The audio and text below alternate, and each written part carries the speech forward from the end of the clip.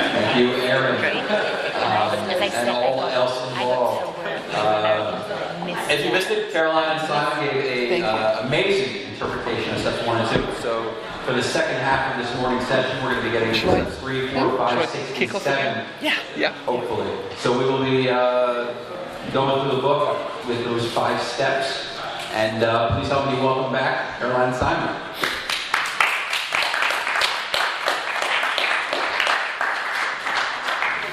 Well, thank you, everybody, and thanks for coming back. My name is Simon. I'm a recovered alcoholic.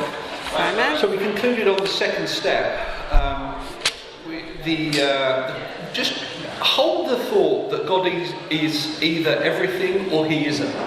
God is either everything or nothing, because my experience has been is that I need to be reminded of that a little bit later on. Because when I start balking about taking certain actions, I need to be reminded that God is either everything or He's nothing.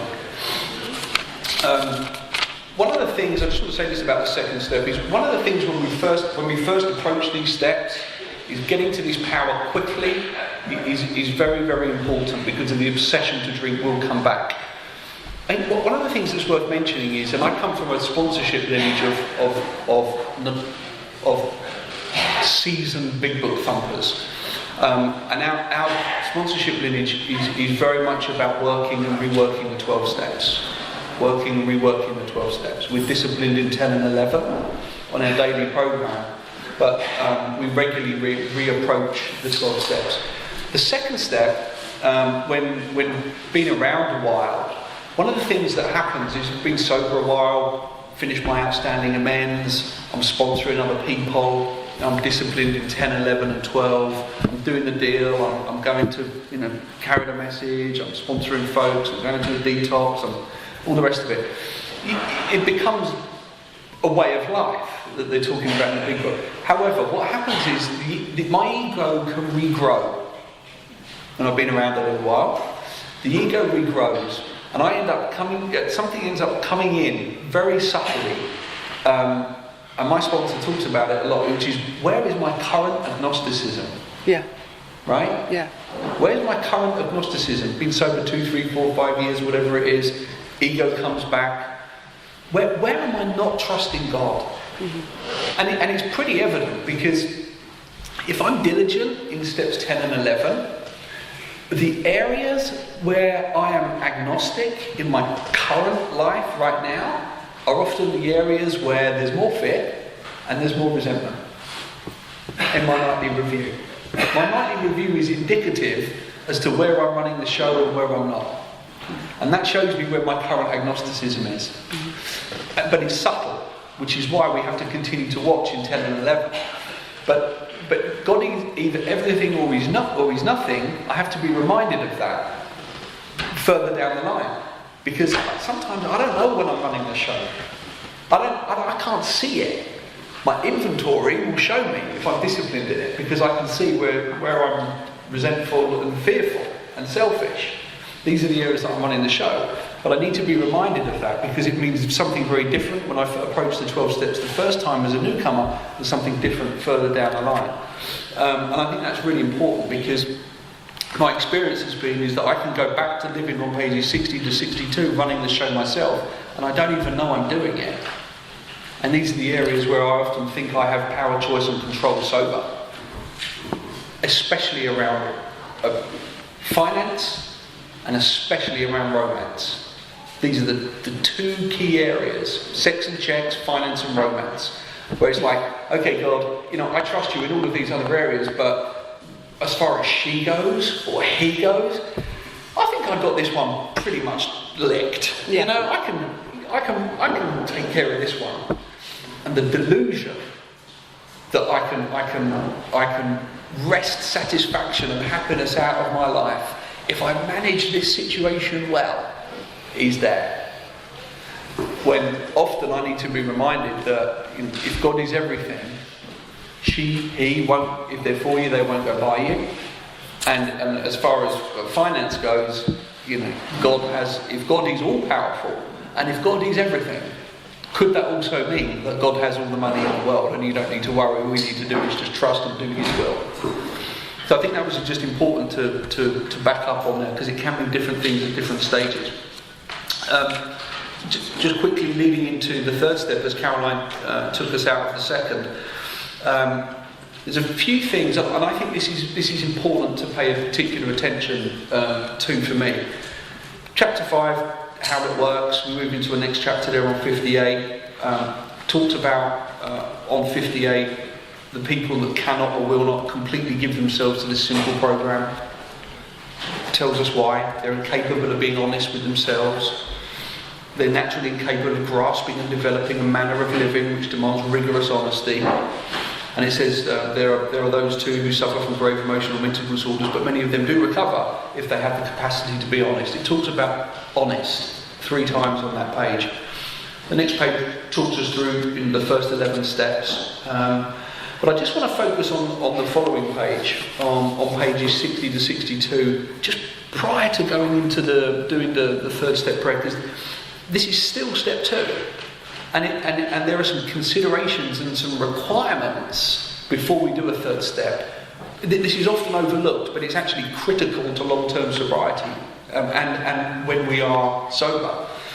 So it says, before we move on, it says, our description of the alcoholic, the chapter to the agnostic, and our personal adventures before and after make clear 3 pertinent ideas. A, that we were alcoholic. Am I?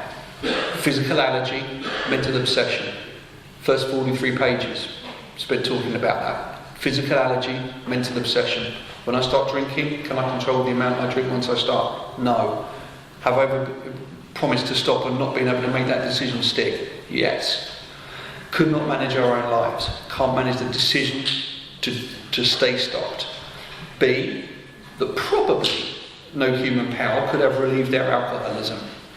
And that's important. My sponsor, as great as he is, cannot treat my internal condition called alcoholism. My AA group, a lot of human power in that room, cannot treat what's going on in here. My mum, as much as she loves me, cannot treat my alcoholism. Yeah? The Fellowship of Alcoholics Anonymous, without the program, cannot treat my alcoholism. Did not, cannot, will not. No human power. The treatment centre I went to, 7 months, could not treat my alcoholism. Within 40 days of walking out of treatment centre campus, I was drunk. Mm-hmm. C, that God could and would, can and will, if he was sought, if I'd seek him. How do I seek him? Through the rest of the 12 steps. And it says here, being convinced of what? Drink's my problem? No. Being convinced of the ABCs. We were at step 3. And so we've done step 3, but we arrived at it. Still step 2. We arrive at step 3. And it says here, which we decided to turn our will and our life up. I just want to explain this and then hand it over to you. Is that we decided to turn our will, which is my life, and our life, which is my actions, over to God as we understood him. Remember, as we understand him, it's got to make sense to us. Not your concept, not his concept, not their concept. Just a concept that makes sense to you. And if it's greater than you. What do we mean by that, and just what do we do? One of the best questions in the book, in my humble opinion. One of the best questions in the book. Because for 5 years in and out of Alcoholics Anonymous, it was just like, just let go and let go. How the hell do I do that? Turn your thinking upside down. What? I've got the power to do that? How did you get in there and flip it up? I mean, it's like, how? Hand it over to God. I didn't even know what that meant. But the big book is crystal clear again. And it shows me, what do they mean by that, and what do we do? Okay, so they're going to tell me how I turn over my will, which is my life, and my life, which is my actions, to God. Great. Here's a requirement. The first requirement is that we be convinced that any life run on self-will can hardly be a success. And I was asked to turn these into statements, and through the next couple of pages where it said the actor, that most people turn it into Simon. Yeah. And the question was, is Simon's life run his way a success? No. Whenever Simon runs his life his way, is it a success? No. Because I end up with a craw full of resentment, full of fear, and not happy. On that, and then it goes in to talk about the actor on that basis. What basis? The lifelong self-will. Simon is always in collision with something or somebody. Yeah, everywhere. Even though Simon's motives are good. Simon tries to live by self-propulsion. Simon is like an actor who wants to run the whole show. The whole show. Is forever, meaning always trying to arrange the lights, the ballet, the scenery, and the rest of the players in his own way. Meaning everybody else. I want you and you to do exactly what the image and the script is I have in my mind. And you must behave like that and do what I say when I want you to do it, the way I want it done, in the time I want it done. Why? So I can feel okay inside. Goes on to say, if only Simon's arrangements would only stay put, if only people would do as Simon wished, the show would be great. My arrangements staying put, that's the problem. Because nobody does what I want them to do the way I want them to do it, in the time I want it done. Nobody. And that's the delusion. The delusion is I think I have power, choice and control over other people. I don't. If everybody would do as you wish, the show would be great. Everybody, including Simon, would be pleased. Life would be wonderful. And it's nothing to do with drinking. This is about me trying to get life to suit myself. But this is what happens, drunk or sober. Life would be wonderful. Simon's arrangements, Simon may be sometimes be quite virtuous. He may be kind, considerate, patient, generous, even modest and self-sacrificing. On the other hand, he may be mean, egotistical, selfish and dishonest. That's how I manipulate people. And this is what we were talking about earlier, the second part of that, back to step one again. That's how I live and that's how I think. Drunk or sober. And if I just put down the alcohol, I'd still think and live like this. What the 12 steps do, give me a design for living, a way of life, where I don't live on self-will, I live on God's will. And as a result of that, I'm not restless, irritable and discontent, because my will is aligning to God's will. Yeah? You want to say something on that? Sure. Yeah. To me, these are the best pages. As Simon was saying, the tricky part for me, why this was hard, the word selfish was a hard word for me to hear, because you have to understand, I wanted you to act this way, do this thing, say that thing, look at me right, because it was in your best interest, not just mine. I happen to know that you will be thanking me if you would just do as I say. And when you don't, we all suffer.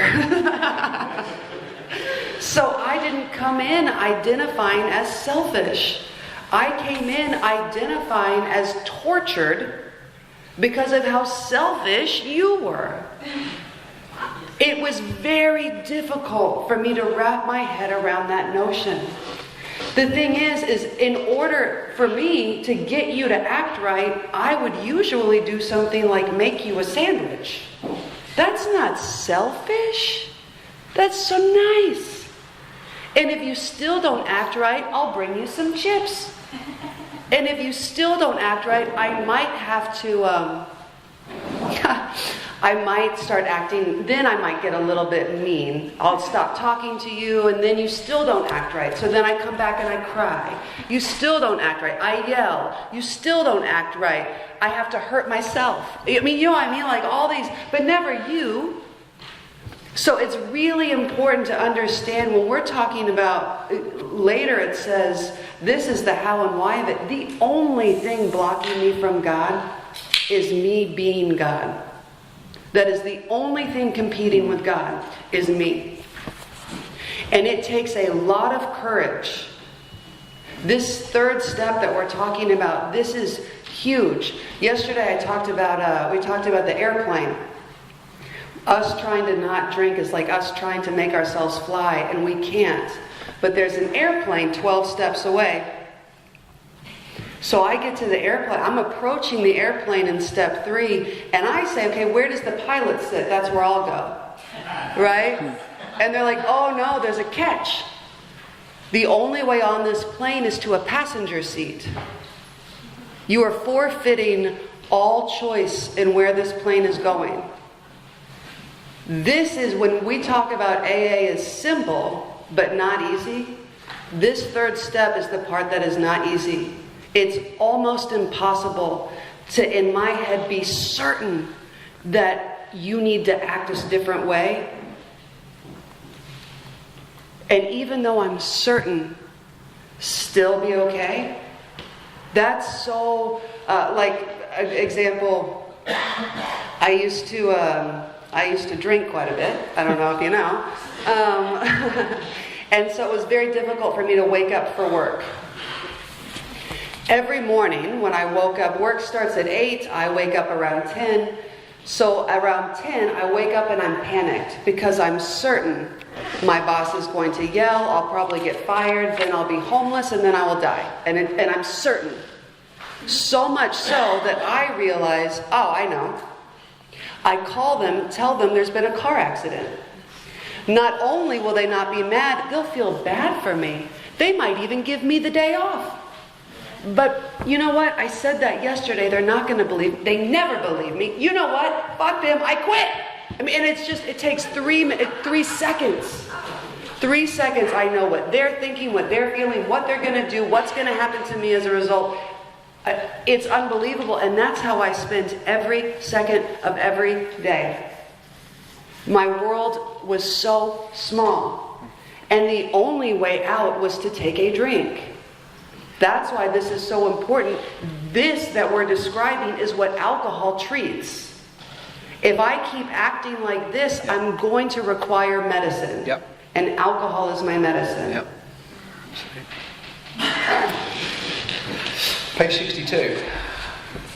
Selfishness, self-centeredness, that we think is the root of our troubles. Driven by 100 forms of fear, self-delusion, self-seeking and self-pity. Here it is. We step on the toes of our fellows and they retaliate. It doesn't say they did us wrong.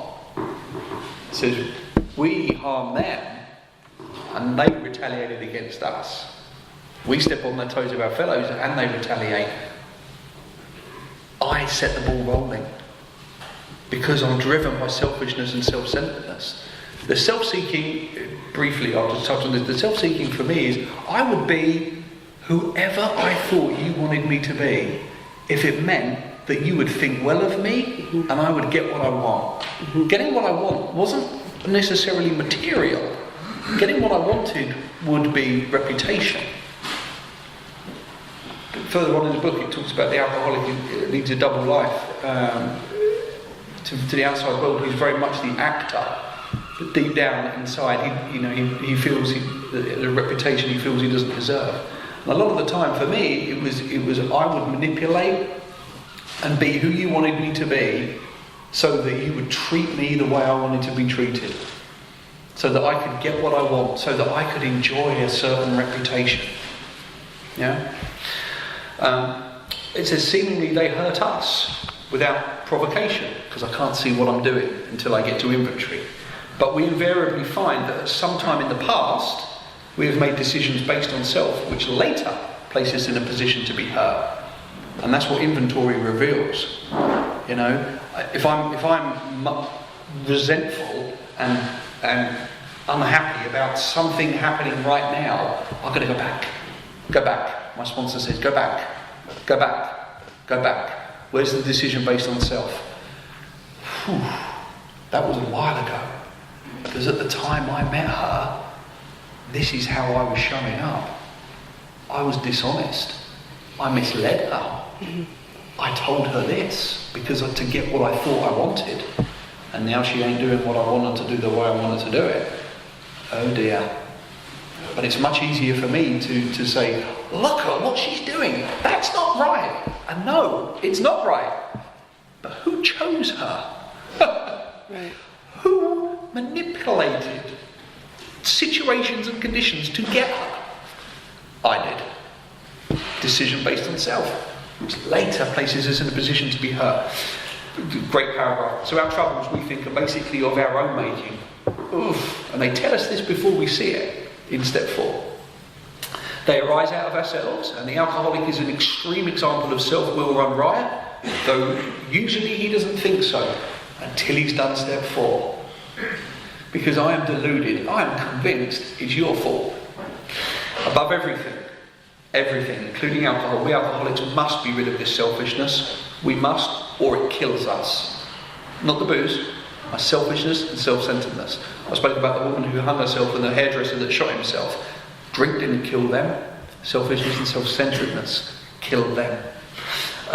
There's no way of entirely getting rid of self without his aid. Neither could we reduce our self-centeredness much by wishing or trying on our own power. We had to have God's help. And Bill writes in his story, simple but not easy, a price has to be paid. It meant the destruction of self-centeredness. And that's what the steps do. They smash my selfishness and self-centeredness. They break down my ego and give me a different way of life. It just says here, and then I'll just go on to the third step prayer, and then maybe Caroline could lead us into the fourth step. Sure. Unless you if we have anything to on step 3. It says we had to have God's help. Okay, I get it. I'm starting to see it. I won't see it until I do inventory, but I'm understanding it. This is the how and the why of it. First of all, we had to quit playing God. Quit managing the show. Quit arranging the lights scenery in the ballet. Quit living by self-propulsion. Quit managing my life. And now they give us a concept. And the concept, if you will, of authority.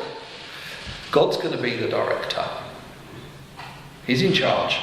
He's the principal, we're his agent. An agent is more junior than a principal. Principal is more senior than an agent. He is the father, we are his children. God is all of those things to me. Father, the children. The father is more experienced, the child is less experienced. Most good ideas are simple, and this concept was the keystone of the New and Triumphant Arch through which we passed to freedom. Great. We've got to quit playing God, and they tell me how to do it, and it's getting right-sized. It's putting myself in the passenger seat rather than the driver's seat.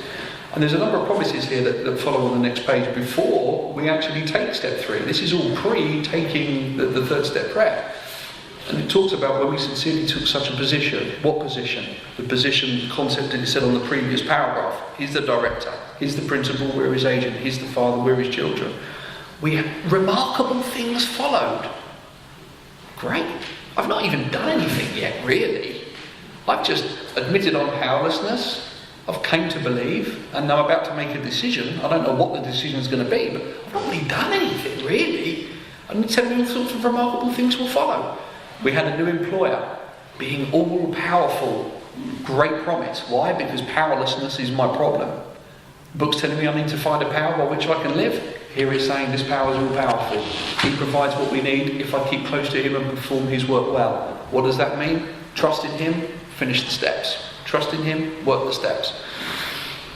Establishing such a footing, we became less and less interested in ourselves, our little plans and designs. And I think this is pretty uncanny. If you run your finger from right to left, where it says that here about being less and less interested in ourselves, on page 62 it says selfishness, self-centeredness, that we think is the root of our troubles.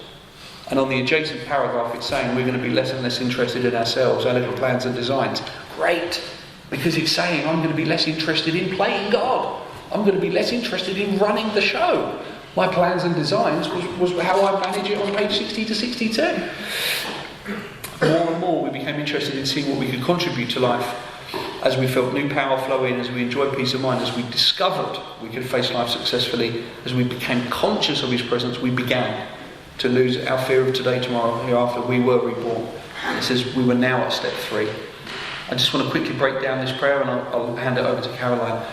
It was explained to me, good sponsorship at the time I did this, really good sponsorship, was what am I doing here? What am I actually asking for here and why? So it says, we were now at step 3. Many of us said to our Maker as we understood him, God, I offer myself to thee, to build with me and to do as thou wilt. Oh, I'm offering myself to God so that God can do with me as he wants. Ooh. What does that look like? Ooh. I don't know what that looks like. That's scary. Remember, God is either everything or he's nothing. What's our choice to be? Relieve me of the bondage of self. Selfishness, self-centeredness, that's the root of my trouble. Great. Okay. Great. I'm asking God to relieve me of the bondage of that. Not the drink, but of the bondage of self. Because the previous page tells me that he's going to kill me. Fantastic. God can do that? Yeah, he can. Great. Why? That I may better do thy will. Ooh. What does that look like? Ooh. But isn't it because I can get sober and go on holiday and spend my life on the beach and do all this and maybe. But it's not really about what I want. It's about what God wants. That's why the trust must come in. That's why God is either everything or nothing. Take away my difficulties. Great. I've got a bunch of them. Absolutely. Yeah. Them, the money, the job, the girl that was... Oh, great. He's going to do that too? Yeah. Why? Because victory over them is going to make me get free, happy, sit on a beach all day and get loads of sunshine? No. Maybe. But it says here, so that victory over those difficulties are going to be a witness to those I would help of thy power, thy love and thy way of life. So God's going to do this for me. Remove the bondage of self, take away my difficulties and build with me. Why? So that I can go help his people. And that's the deal. I'm asking, God will do this for me, but he's telling me what I've got to do for him. And what I've got to do for him is bear witness of getting over those difficulties to God's power, God's love and thy way of life, so that God can do with me and build with me as he wants, and so that I can better do his will. So, and there's the deal, there's the contract. You do this for me? Yeah? I'll do this for you. Okay.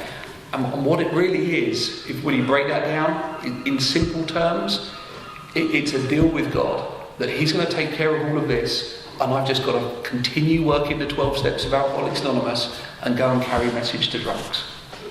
You do this for me, I'll do this for you. And it's just a decision to work the rest of the steps, because the rest of the steps are going to tell me how to do his will. That's all I need to do.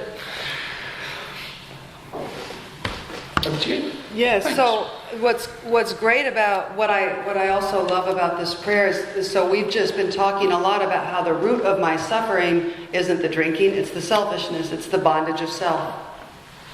That's what I'm suffering from. There's no solution in saying, God, make me feel better, make me feel better, make me feel better. That's still anchored in selfishness. This prayer is the first unselfish thing I've thought probably my whole life. Because I'm not saying, God, help me so I feel better. I'm saying, God, do this so that other people may see what you can do. Whether I feel better or not. God, do this so that others may be helped. Not even so that I'm helped, but so that others may be helped. It's the first shift in my thinking. To start thinking, I thought my job, my primary purpose for almost 30 years was to let people know about the wonder of Caroline. That they may be helped. And now for the first time, I'm not interested in the wonder of Caroline. I'm getting freed from the wonder of Caroline. I'm bearing witness to the wonder of God, to the power of God. How remarkable, really.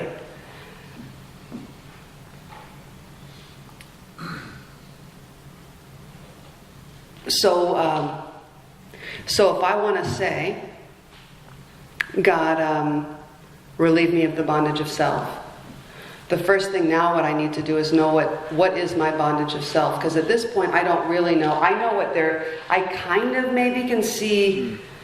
I can see page 61 and 62 and all the people sitting around the room. I can see yes. But I still, like Simon said, I still am a little unclear about how me making you a sandwich is selfish. It doesn't make any sense to me. So now what I get to find out, there's an expression, if I call you and I say, hey, how do I get to your house? The first thing you're going to ask is, well, where are you? So now I need to know, where am I? What does my bondage of self look like?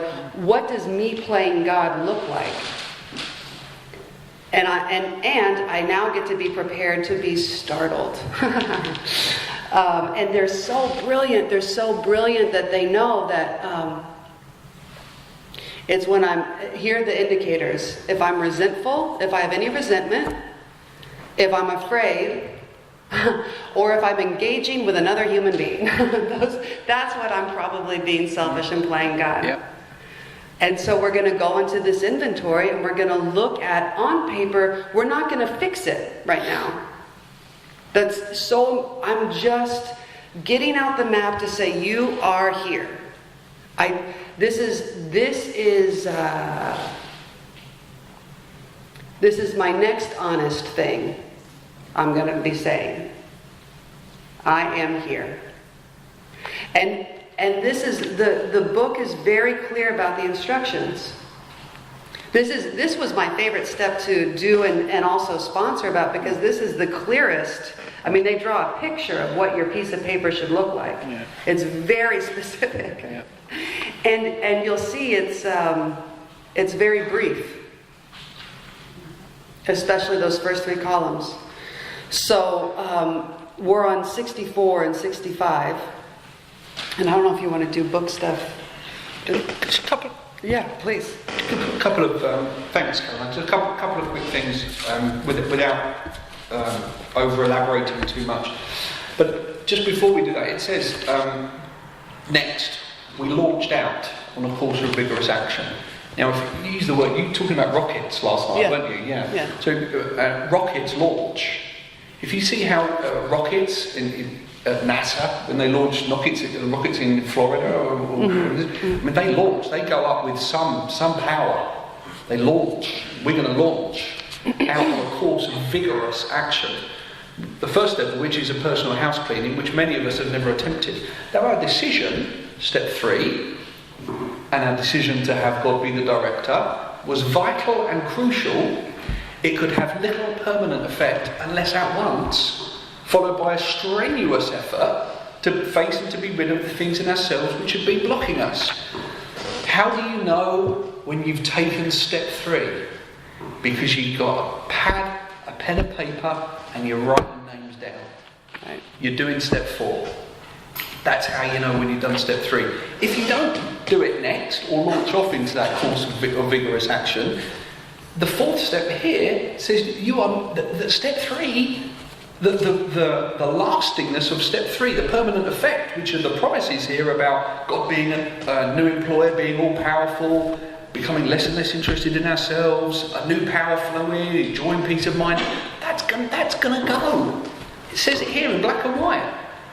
It will have little permanent effect. So the effect that it had in step 3 won't last unless at once followed by doing step 4. Just real briefly, it says is that we're not looking here for drinking escapades. It says we have to look for the things and be rid of the things in ourselves which have been blocking us. Our liquor was but a symptom, so we have to get down to causes and conditions. They remind us again, alcohol is the symptom. We get down to causes and conditions. Alcohol's the solution. Therefore, we started on a personal inventory. This was step 4. And this has Sometimes I hear, I'm doing my step 4, and everyone's like, oh no, and it's like, it's so painful, and it's this, and there's this horrible period of my life where I'm looking at me, and it's like, then maybe you need to look at doing it a different way, because this is just a fact-finding and fact-facing inventory to discover the stock in trade. That's it. And it can be very precise, very clear, and it shouldn't last very long. A few people I work with, if they don't work, they don't have jobs or families, a week. If they've got jobs and families and whatever, a few weeks, a month max, even quicker. But it shouldn't take any longer than that. Like my last 4th step, it took me 3 days.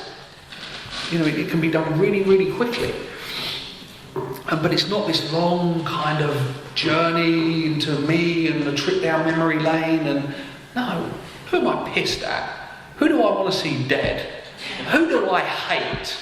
Let's go with that for starters. Yeah. Let's put those names down there. Because the book says that resentment is the number 1 offender. It destroys. It's resentment. Destroys. That was resentment. Okay. Is it speaker? Yeah. Yes. Okay. It's the power. It's a very... The number 1 offender. I think it's the power from you. From me? Yeah. Don't blame me. It's your fault. It's my fault. Yeah. 10 minutes. Always. Good. Sure. Try it again. Okay. That's fine. So it says resentment is the number 1 offender. It destroys more alcoholics than anything else. From it stem all forms of spiritual disease. We've not only been mentally and physically ill, mental obsession, physical allergy, we've been spiritually sick. When the spiritual malady is overcome, we straighten out mentally and physically. And they, like Caroline said, they give very specific instructions here in 64 through to 71. There are 3 inventories: resentment inventory, fear inventory, sex inventory. And there's an explanation on what to do and how to do it and what it must look like on each one. Very straightforward exercise. Shouldn't take too long at all. Maybe I was wrong putting a time scale on it, but I'm just trying to indicate that it can be done really, really quickly. Yeah. Really fast. 3 inventories. Who do I hate? What? Why? How does it affect me? Also important in the 3rd column. And then as we get onto the other pages, where's my mistake? Where have I been selfish, self-seeking, dishonest and frightened? The fear inventory, I look at everything I'm frightened of and why, and then I ask a question. Is this because self-reliance has failed me? And in the sex inventory, I look at people I have had relationships with in the opposite sex, and how I treat. It's nothing to do with actually the act of. It's about how I show up, how I treat members of the opposite sex. Am I treating them as sisters in sobriety and men among women, even, or am I superior or inferior to them? Am I looking at them as objects? How is my selfishness manifesting itself in my sisters in sobriety or my family or girlfriends or whatever? Yeah, so I'll just take you, incidentally, it took me a month to do my 4th step. 29 days thinking. 1 hour writing.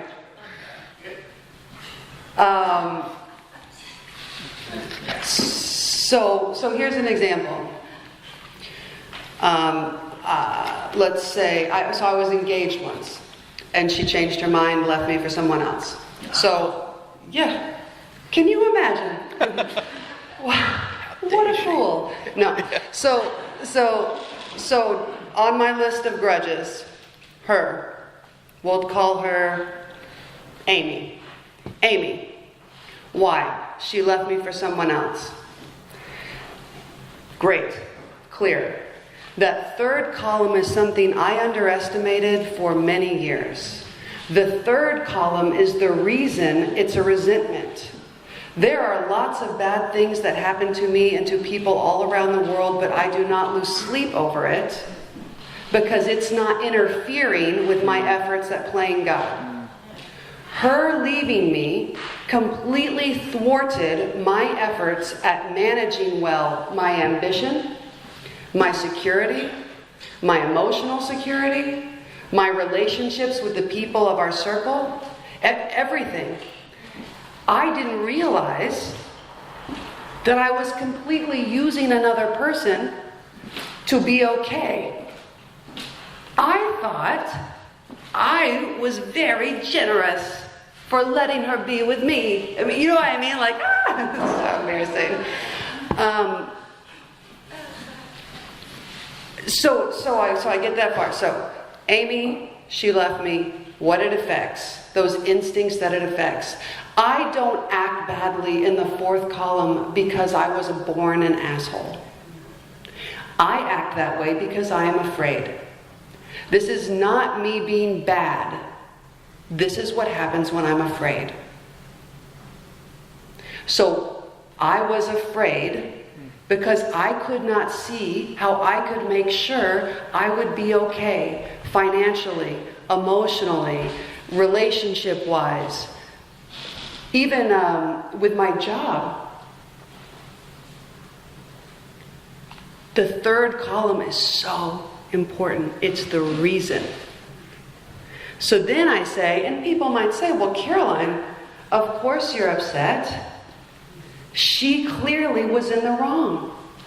She left you for another person. You have no blame if she left you. She cheated on you. Well, as Simon pointed out earlier when he was speaking first, so we resolutely look for our own mistakes. I had never done that ever a day in my life, only because there were none defined. Why? Why would I look for my own mistakes? And if I have to force a sponsee to go looking for that, they're not desperate. The fourth column is where my freedom. The fourth column is why I'm suffering. I'm not suffering because she left. I'm suffering because of what I did in the fourth column. If I want to be free, that's what should be long. I don't need to tell the story of when she told me she was leaving and kicked me out. It was raining and can you? But that's not why I'm suffering. I'm suffering because of my own self-centeredness. So what did I do in the fourth column to set the ball rolling? One, I was using another person for my ambition, for my security, for my emotional security. It had nothing to do with love, had everything to do with what could I get from her. Mistake number one. Now, in this scenario, there were plenty of mistakes because I was dishonest. I said, hey, I love you, when what I meant was, I need you. Oops, be daisies. And I said, I love you, instead of I need you, for 5 years, every day.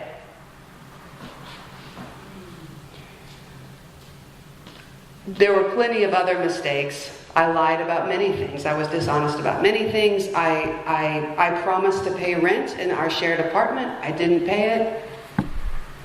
She had plenty. I set that ball rolling in ways that I couldn't even imagine. Now, just to be clear, the reason I couldn't see those things is because I had also done good things. We're not all bad, all good.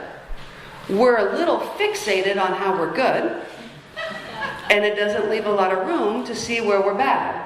And I had been fixating on how good a partner I was. I was such a good listener. I just listen. I was very good at that. And I just fixated on that. And I completely did not see how selfish and dishonest I was. Being able to see it didn't fix it, but oh my gosh. To know that my happiness is not contingent on you and your behavior. My well-being is not contingent or at the mercy of your behavior, even though your behavior might be very bad. I can still be okay, and not just that, rocket it into a fourth dimension. I can still be happy, joyous, and free no matter what you do. There is so much freedom in that. We should not be afraid of what we find in the fourth column. We should be eager and excited and curious, because that's what we have a say over. Mm.